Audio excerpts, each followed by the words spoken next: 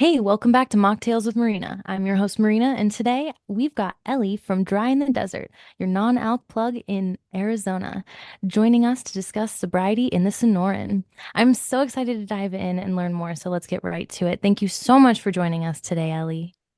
Yes, thank you. I love that introduction. Now, for those of you who are unaware or have not followed Ellie yet, she is on Instagram at Dry in the Desert.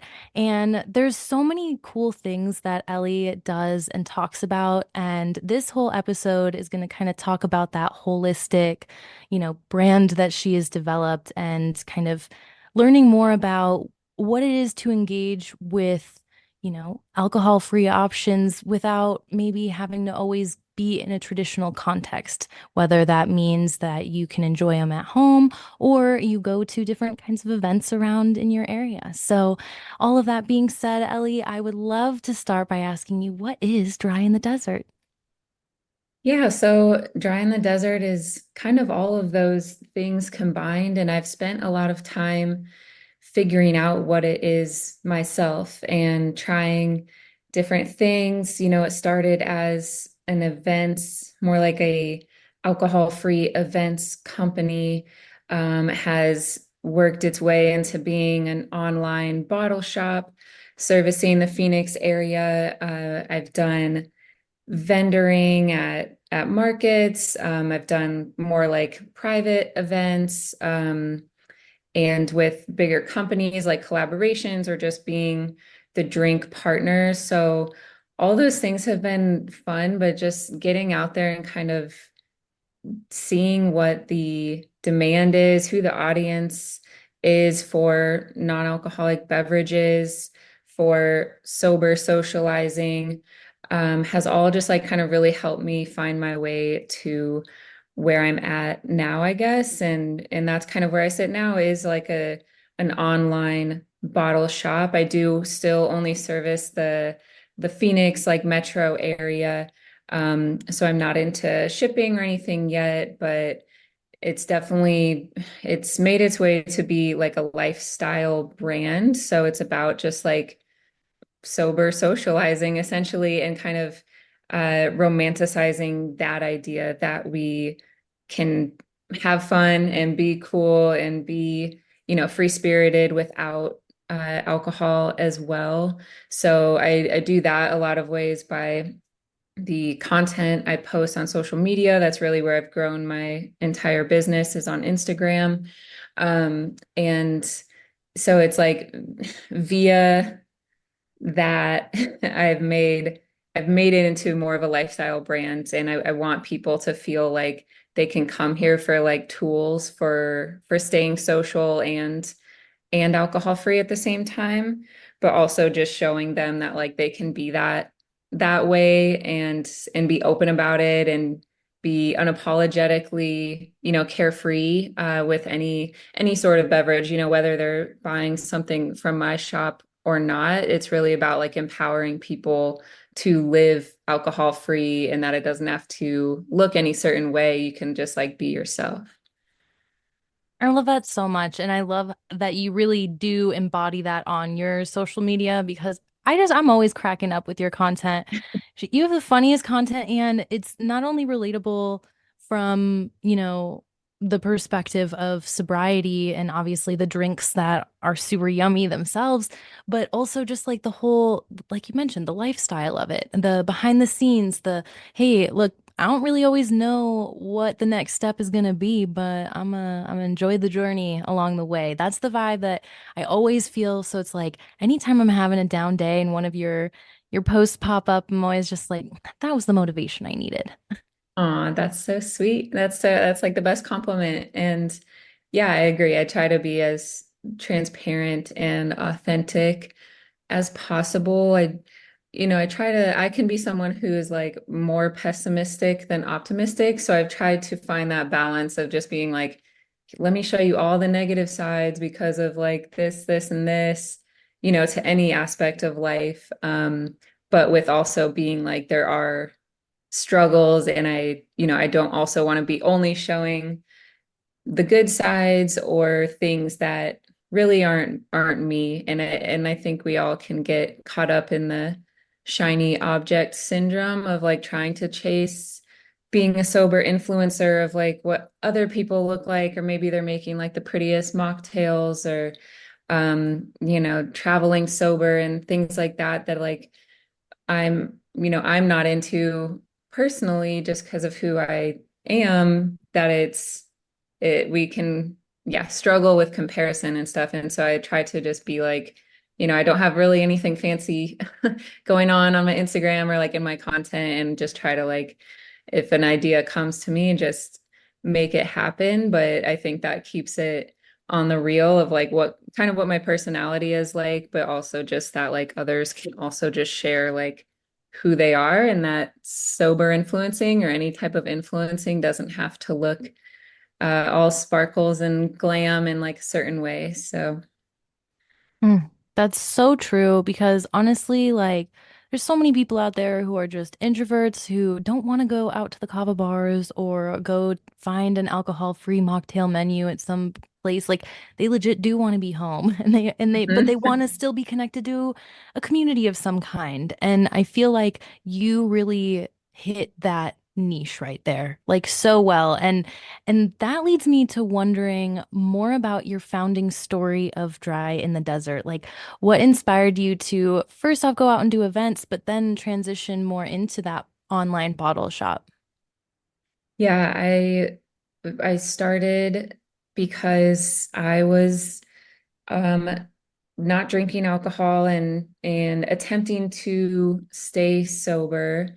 And I found every time that I was attempting to and slipping up and coming back around to it, the hardest part was just socializing. And not even necessarily being out and about, like you said, like I'm not a huge goer outer, but even just at like, even with friends, like a couple friends or like my own family, I could feel really left out, and just that like I wanted to participate with drinking when it was around. And it was always like when alcohol was around, it was tempting. When everyone else is doing it, there's just such a like strong subliminal message, especially when you're just used to that habit. It's like a really hard cycle to break, I think. And so my first initial thought was like, I want social spaces. I want to be able to like hang out with all the people I want to hang out with, just with alcohol like taken off the table completely. So it doesn't have to be a thought in someone's head, like whether they're going to drink tonight or not. So that's kind of where it started, and connected with, a couple brands at the time. I got to work part-time with one of the NA brands, like beverage brands, and that really opened the doors for me to just have that industry experience, I guess, with the beverage side of things rather than just the sobriety or like recovery side of things. That is where I came from, but stepped more into, yeah, like this industry that is now really taking off and taking over.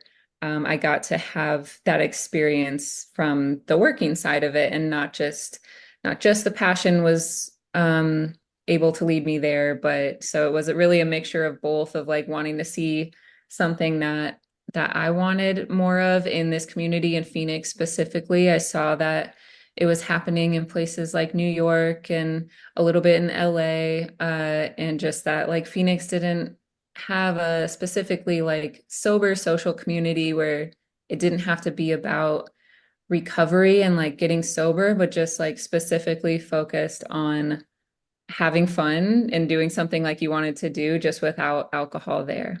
So I would say that was where it started, and just kind of took off with like the passion for drinks and kind of finding like the best moments for the best type of drinks. With the expansion of the beverage industry, it just made sense, I guess, to that there's so much option now that it doesn't have to be like as stigmatized, I think, in the recovery community specifically, where non-alcoholic beers and wines and things that taste like alcohol were really kind of scrutinized as being triggering for certain people, which, can still be someone's truth today. But I think now there's so many other just random drinks, random flavors, like earthy functional beverages, even like kava, has its own history and usage and all of that, it's exciting because I think like everyone can have their own NA beverage. And again, it's like my goal is to empower people to like find that. And I think now where I'm at with Dry in the Desert is I still do my events sometimes, but my goal is to empower people to find the beverages they like and want and the resources to have them, and then bring them into their own social circles. So, arming themselves with their own drinks and tools to have at the family party, to have at the next barbecue, to bring on vacation, so that they don't have to like find a new group of people or new group of friends necessarily just because they want to socialize sober. Like, I think we can also bring that into the groups we already have and still just like feel comfortable in our lives without drinking, and that is normal and okay. And we have the tools and choices for that. So, kind of a long-winded answer of founding all the way to like where I'm at now as far as what I believe for Dry in the Desert's purpose. I love that. It's like you can evolve with your people and, you're like a matchmaker for people in this industry that's exploding so fast. There's so many options Mhm. out there. It's like, what is for me? It's like there's like all these botanicals that unless you're an herbalist, you may have never heard of. So it's like, well, what's that going to make me do? Is that psychoactive? Is that just something that'll Right. chill me out? So it's such a cool thing of what you do and how, you give those options. And anytime I've seen, for example, any posts you have or anything that shows up in your stories of like being at events, you always have like a different variety of drinks depending on the event you're at, which I think is so cool.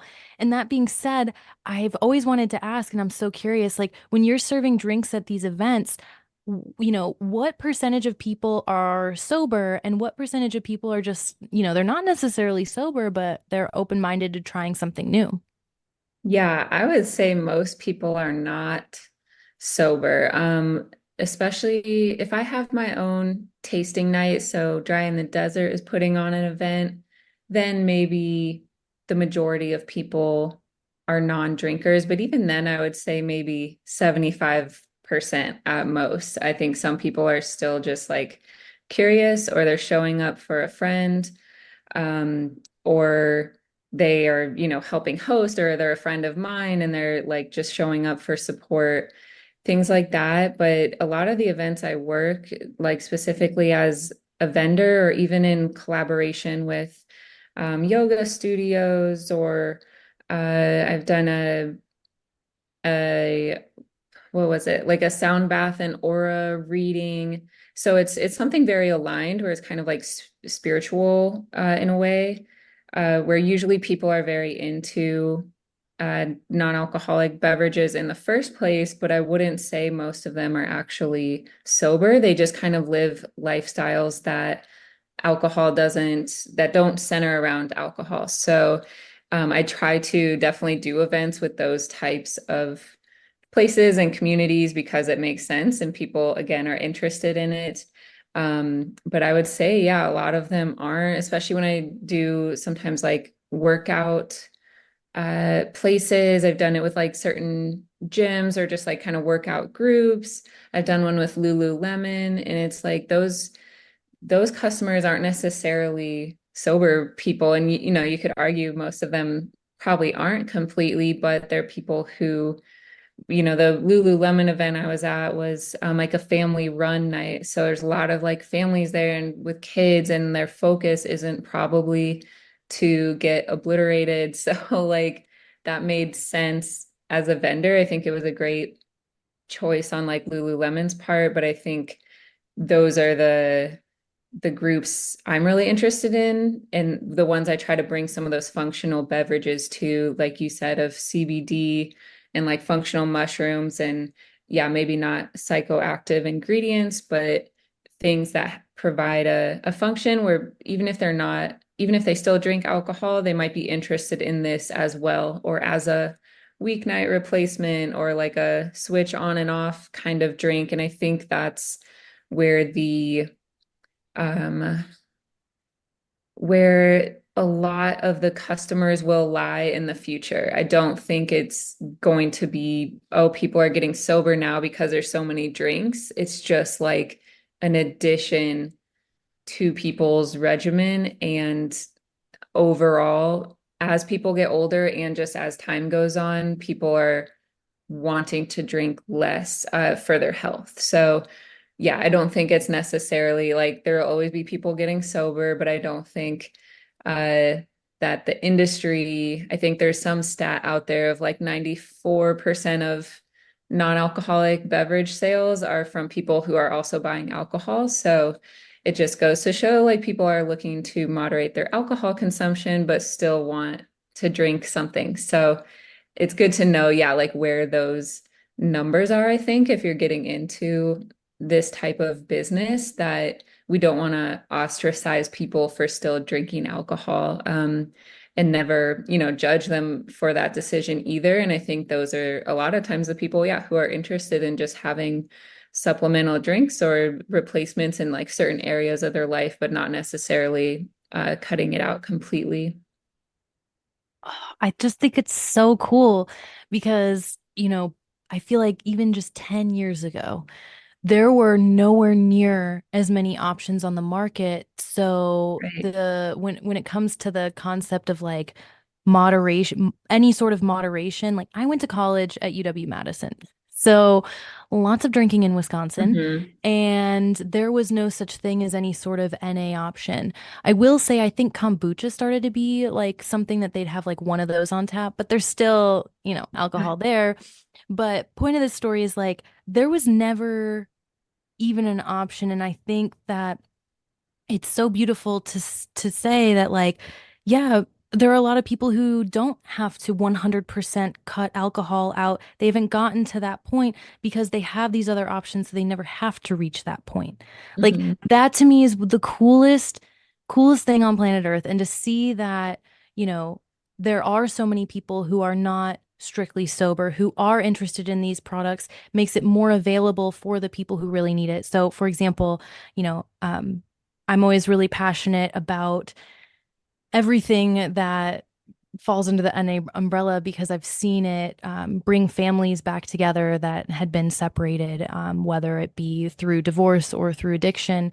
And to be able to just have someone in the family who isn't necessarily sober, but they know about these options. They're like, hey, yeah, I tried this thing at this Lululemon event one time. Maybe it'll help you. And Hmm.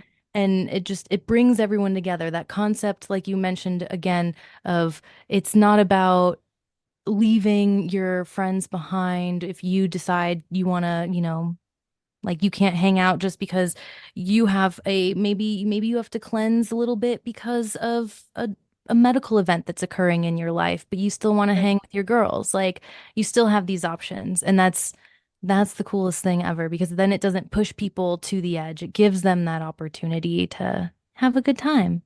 Yeah, I agree. I think that is the best part about this movement of just the non-alcoholic movement or sober events movement, whatever you want to like call it or however you look at it, is that just normalization of those choices. So people feel comfortable making those choices. Yeah, whether for whatever the reason is, and it doesn't have to feel weird. And yeah, I think all the points you made hit spot on just of the nuance of it and like new the new age of it, that it's just only been these last few years where it is so acceptable now and it just wasn't before. And I think people didn't even really know that that was an option, and it just forced more people, like you said, of like forces their hand to take a drink maybe when they don't want to or they aren't comfortable to, but that was just like so the norm. And I think that is what is important about what you're doing, what I'm doing, what everyone in this industry is doing, is just like making it seen that we are not choosing that. And so that they just feel, even if their group is going to make them feel weird, it's like they actually know they're not alone. And so maybe they can just chuckle it off rather than feeling like, yeah, I literally am the only person not drinking in the world, which has like never been true. But I think to see it lived so out loud is a big social change that was really needed and just overall helpful for future generations that we haven't really seen before. So exciting. Mm. All Yeah. that being said, I'm so curious of all the types of events you've worked. Do you have a favorite? Hmm. I don't know. I've honestly enjoyed so many. I'll shout out a couple. The first like three that come to mind. I did a mocktail bar at a yoga studio grand opening. It was for Spiritually Fit Co-op, and they're in Scottsdale, and they specifically provide yoga like for people in recovery. Like they now had so it was for their own studio. So really anyone can go there, but it's just like a really accessible studio. It's really like focused on recovery and kind of self-awareness. And they just they have partnerships with different recovery facilities like to bring people in after their stint there that they get like certain amount of classes or time free with of free classes there. So I think that was probably my first like real mocktail service. So I was grateful for that and just love their mission behind that. And then I definitely loved the Lululemon one. Like I said, it was like that family run night. I've worked with Lululemon previously, but it was really cool for them to like reach out, really want me on board, and then just to see all those people show up. And I think they're a great example of a lifestyle brand where they really kind of invest in their communities wherever they are in their stores. It's not like this is who Lululemon is across the country. It's like, here's what like Lululemon Scottsdale does. Here's what Lululemon Tempe does. Like they really get out there and do a lot of events with their community, and it's diverse and just really connected and not didn't feel awkward or anything like that when people showed up. So that was just really inspiring to see. And the Vikara yoga event was really cool. This was a yoga festival, just like a 1 day festival. And that was in Scottsdale as well. And there was probably, I would say, 500 people there and like tons of vendors. And that was my first time having, I feel like, a mini line, like like three or four people in Yay. line to get drinks. And there's a few people there that like I had posted about it and they wanted to come, but other people were just random people. And it's like, it's cool to see that there's just interest based off of, without knowing me or like knowing background necessarily on Dry in the Desert. But it was really awesome to see just like that many people out there and see how impactful that community has been, like that people are that committed to going out to this one space for a couple of classes. So I think those would be like the biggest ones that stick out in my mind just as being like special to me, but I've really had pretty much all great experiences. A couple like dud events, I guess you could say, but nothing like too crazy or dramatic. But most of the time, it's like really aligned partnerships. And I'm always grateful for the space to like pop up and share what I'm doing with people. That's so cool. And I love that Phoenix area in general has, in different neighborhoods, there's different types of activities and ways that you can engage and, dive deeper into this. And I think it's really cool that you're living proof that, if there's a gap in the community, all it takes is one person to being like, hey, I got this dream over here. Does anyone else have this dream? And then someone else is like, hey, me too. Let's go do something about it. So Yeah, yeah, cool. definitely. So that being said, what would you like to see more of in the general Phoenix area? So Phoenix, Scottsdale, the whole Maricopa County Valley, basically. In regards to non-alcoholic options, what do we need more of? Yeah, the first thing that comes to mind is definitely non-alc options in restaurants and bars. So there's a lot more places that do have these options now. But I would say it's still so limited. And even the places I see that have a non-alcoholic menu and like or it's on the menu and it's dedicated space, there's still maybe only one to two options as far as what's included in the drink. So there might be two or four mocktails, but it's like all using the same type of spirit.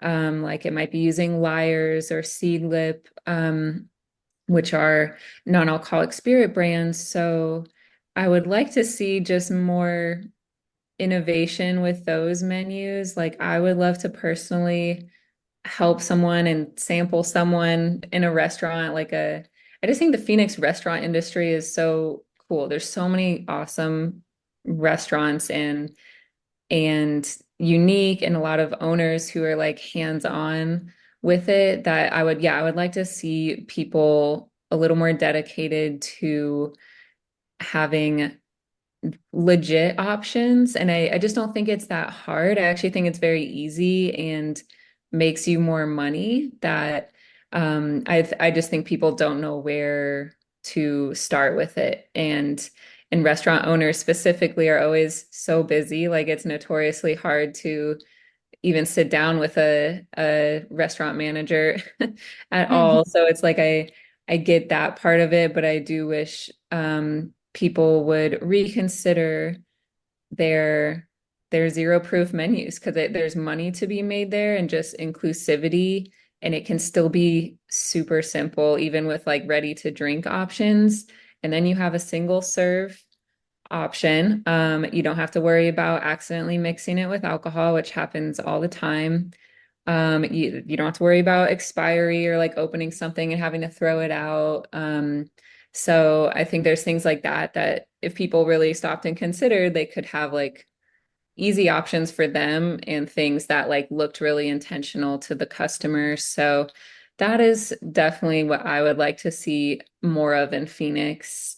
Just trying a little harder to have something purposeful and like not just Heineken Zero as the only beer option. Even athletic, like if there's an athletic on there, I'm happy, but um, there's so many other NA beers, right? And even I have yet to really see like an NA wine on the menus I've seen. I know there's a couple out there at some higher end restaurants, I think, but that really is kind of non-existent. And I even asked one restaurant if I could, I think they had a corking fee, where like if you can bring in your own wine, you essentially pay them to uncork it so that they're not losing money. So I asked if I could bring in a non-alcoholic wine. They're like, no. And I'm just like, I don't know, Wow. places like that you would hope like would have not places like that, but just you'd hope more places would have things like that if they don't want to provide it themselves, like provide some sort of opportunity. But even including things like hop water, things like that are really simple ways to just have something like fun and serving it in a cocktail glass and not a soda glass, like things like that are just so simple, I think, to do that we mostly miss the mark on or just like aren't up to speed yet here. It's a really good point. And to all the entrepreneurs out there listening, I know that there are, there's talks of what can we do in general to provide more options. So let me back this up for a second. There are how many restaurants in Phoenix, countless, that have made national headlines for being like impressive. Like the Phoenix and Scottsdale, I just want to say like the whole just general Phoenix Valley has such high caliber talent and being in the Sonoran, honestly, we have such incredible ingredients and even a lot of different NA brands that play into the local ingredients that could very easily be added to these menus to tell a story, to continue that experience, even act as a better digestif for the meals to make that a more like delicious and enjoyable experience. Like yeah, like you're Yep. saying, there's so many missed opportunities here. When Tyler and I got married last October, we were, the first place that like venue that we had nailed down, they ended up having to pull the contract because the city of Prescott pulled their permits because they just had too many drunk people acting a fool. So then we found a second venue that we were like, oh my God, this one's great. And then we were like, okay, but we're alcohol free. So what options do you have? And they were like, well, lemonade and tea. And we're like, okay, well, we happen to be in this industry. So not only would we like to have like an NA bar set up, but we'd be happy also like business to business to like kind of explain anything to you. So if there's any of these because, for example, CBD wine is, something that CBD can scare people who have never worked with CBD. If you have something else in your business that may not even, you might just steer very clear of that because there's a lot of different red tape involved. So it's like, okay, well, what other options are available for you? So we were trying to explain kind of like, all right, well, what ingredients are you worried about in NA so that we can find a different NA beverage and we'll even hook you up with the distributor. So like you don't even have to buy it through us. Like we'll still buy it through you. You're not missing the sale, nothing. And they were so, I don't want to say like resistant to change because I don't think that's what it was. That was just a side effect of the fear that was like, well, I can't risk my business on something I don't know anything about. And to be fair, being an entrepreneur is hard. Like there's a lot of things that do come up randomly where you're like, what? That impacted my business. And over time, it can make you calloused. It can make you like not so open-minded to these things. But, there's so many positives to non-alc options that it's just amazing to me that the effort hasn't been quite put there yet. But all that being said, everyone out there listening, Ellie's your girl. If you want to, learn more about all the different, hand options that are out there. And, all of that being said, I think it's really cool that we're at this point where there are so many different ingredients, like so many different ways you can go, that I feel like this next question I have for you is not even fair. But do you have a current favorite NA beverage? Yeah, it's definitely tough to answer that one. I always just pick one that kind of like I'm stuck on for the moment. And I always say the same couple, I feel like, because I'm definitely into like the smaller canned like spritz type of drinks that might have like a little bit of caffeine in them. They might have like more of like a spicy flavor. So, I enjoy a non-alcoholic beer or wine, but it's like it has to be a certain setting or like with a meal with that. But if it's like middle of the day is usually when I'm wanting a pick-me-up drink. Um, so I would say right now just one of my favorite brands all around is Little Saints, and they are a functional mushroom drink. So they usually have reishi mushrooms as well as like lion's mane mushrooms in certain drinks, but they have these little canned and like their branding's just so cute. They're a great woman-owned brand and they have little cans of like ginger mule, spicy margarita, Paloma is really good. And they just came out with an espresso martini, which I have here like in my closet. Haven't even tasted it yet. So like I'm excited just to try their new flavor, but they always have great flavors and I enjoy that they make them with functional mushrooms. I just think like a little bit better ingredients and um not necessarily trying to replace alcohol and flavor, but still gives you either that little bit of spice or burn or like bubbliness that you miss from alcohol. And like that's what I'm always kind of trying to replace is more so just like the flavor and something like complicated on my tongue rather than just soda water or like something more plain. So I'll shout them out for sure. They're an awesome brand. Mm. I love it when brands can get the complexity just right. It's Yeah. nothing like it. Yeah, agreed. And I think they work super hard at that, as well as many other brands. But I think that's actually what's really special about this industry. I mean, a lot of people starting now might be jumping on it for the wrong reasons, or like, maybe they're trying to make money because they see it's trending. But I think a lot of people, majority of people who've gotten into this space do it off of passion. That, it is really these small brands that are working super hard and have like changed this industry. So we do have now all the big alcohol brands making their own NA versions, which is great because their marketing dollars will hit the masses and continue the trend forward, but always want to support too the people who are fully NA and like, working hard from the bottom. So I think there's a good balance of both right now. Yeah, I love to see that ecosystem at play because, like you Mhm. said, it's not the end of the world or not a bad thing to see when the big players are getting into it, because then that's when you know real change is afoot. Yeah, yeah, I agree. And yeah, we want to, you want to support small. It's just like anything else. Like you want to support small businesses when you can.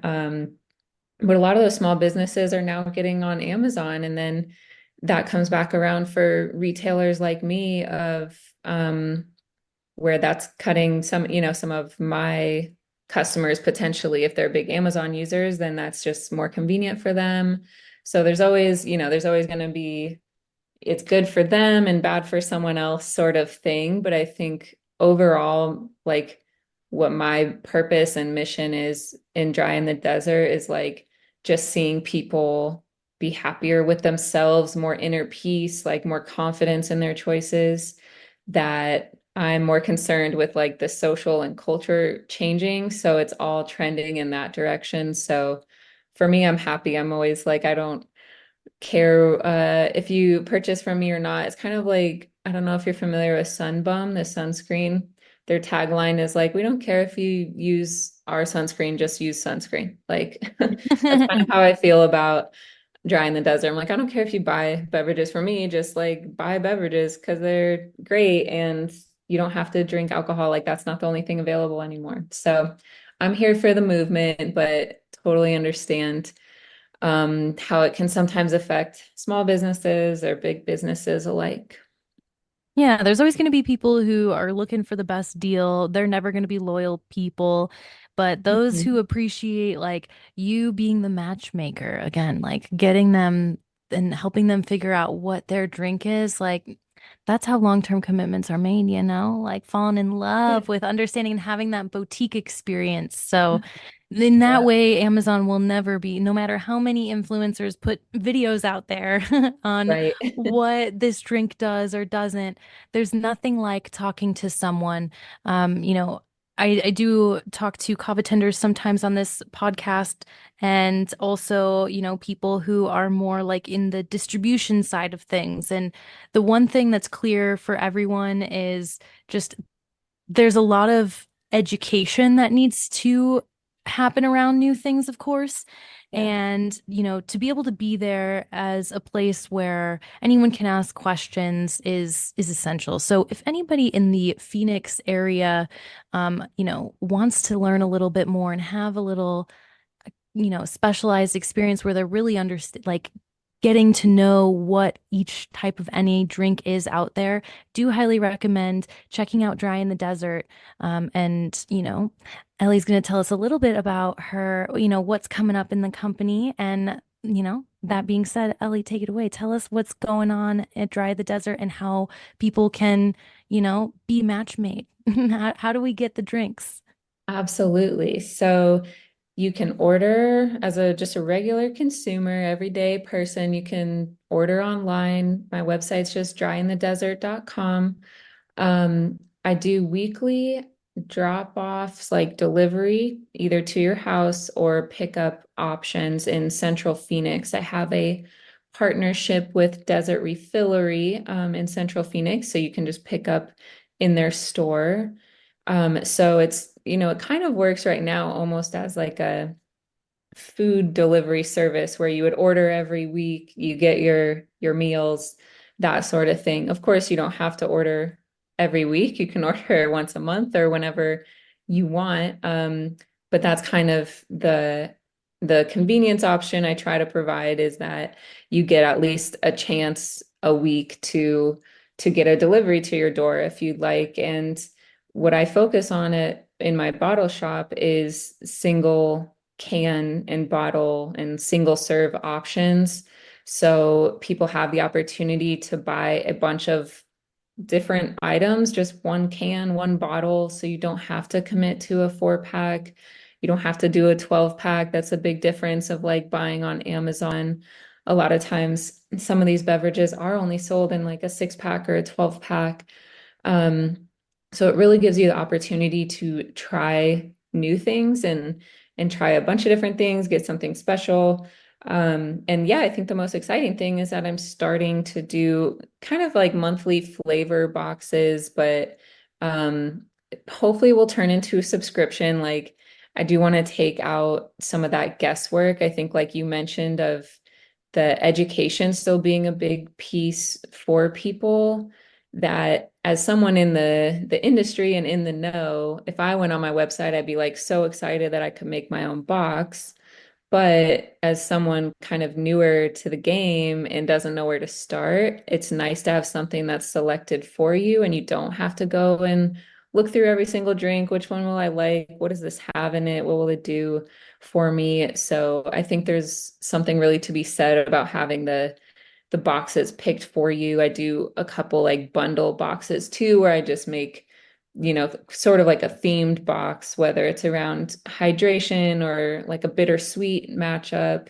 So, yes, I think there's a lot to be said about having an expert curate your drinks or curate the selection and the fact that you can ask questions and know you're getting the best things. That are out there in the market, hopefully. Rather than, yeah, as we see Sprouts and Fry's and places like that, like getting more NA options. I'm very excited about that. But if you walked into the grocery store and asked someone for their opinion on something, they would have no idea, at least at this stage in the game. So it is definitely nice to go somewhere that's solely focused on non-alcoholic products because they likely are passionate about it, one, and two, just know because there's a little more nuance to the ingredients and the beverages themselves than just alcohol. Only gets you really one result. Non-alcoholic options have a lot more options of like how you want to feel and what you want to taste. So yeah, I appreciate anyone who's looking to purchase those beverages. I try to really fill the gap of things that aren't as available at grocery stores and things like that, or like that aren't available in retail in Arizona yet. I'm trying to bring newer brands or like some smaller brands just so there's more variety here in Arizona. And yeah, if there's anyone with like a restaurant or bar, I definitely would like to get into some of that consulting piece if you're looking to, even if it is like a dry July menu or something like that you might not keep full time. I think it's always fun to do kind of like a trial run of those things. And I'm always happy to collaborate on that because I think it goes a long way when you do something intentional. And then if you can be one of the first places in Arizona to have a menu like that, I think that goes a long way as well. So yeah, lots going on and always available via DMs or email, like for questions or about anything and collaborations and things like that. So Yay. Thank you so much, Ellie. I have one final question for you. Are there any other dreams that you have with Dry in the Desert? Like, are there any other projects that, whether you've started them or not, or you know how they're going to work out or not, is there anything else that you're not currently doing with Dry in the Desert that you want to do? um, that's a good question. Um, I think just improving the lifestyle part of dry in the desert. I am having my first t-shirt made like this week, so I'm like finally gonna have that for sale, but I would like to do a lot more of that really, like having certain clothing that's unique though, kind of like goes along the lifestyle brand of I'm proudly alcohol free, but without it being so blatant, like not having a shirt that says sober straight across it. Like, it can be more subtle and like cool and artistic and things like that, but it's still kind of repping that lifestyle. And so not just with clothing, but I think just in general would like to like have a more curated selection of other lifestyle items for sale that people can just feel like empowered in their own life by doing that. And yeah, I don't know if I guess it's maybe a good thing that I don't have any like other big dreams or collaborations that I want to see happen. I think there's a couple places I want to go visit to kind of like meet people and not necessarily collaborate, but just meet more people in the industry. I'd like to go to like New York and a couple people out there. I'd like to just like talk shop with it. I think it's just really cool that we can be connected to so many people across Instagram, like the sober Instagram, as they call it, or non-alc Instagram, like however you want to refer to it. It's just cool to kind of be friends with people across the country doing the same thing. And I think one of my goals would just be to like get out to a new place and see what they have going on. So cool. And oh man, right when you started saying that, my mind immediately started just imagining all the different dry in the desert lifestyle items. I want all of them. And, I just think it's so cool because the power of just like saying what we want to do, it goes so far, like you never know who's listening or who's out there who's like, oh my gosh, I've been waiting to meet you. Yeah. Yes, exactly. You never know what the next thing's gonna be. So I'm definitely always super open to just like whatever comes, and that has worked well so far. So we'll see. Thank you so much for your time today, Ellie. This conversation has been incredibly enlightening and absolutely such a pleasure to have. Thank you for being here. Yeah, thanks, Marina. So good to talk to you. Yay! Thank you all for tuning in. And I don't really have too much of an outro here, other than I do have Dry in the Desert linked in the description of this podcast episode. So go ahead and click that if you want to learn more, put some orders in there. As always, if anything else comes up, just let me know if you need anything.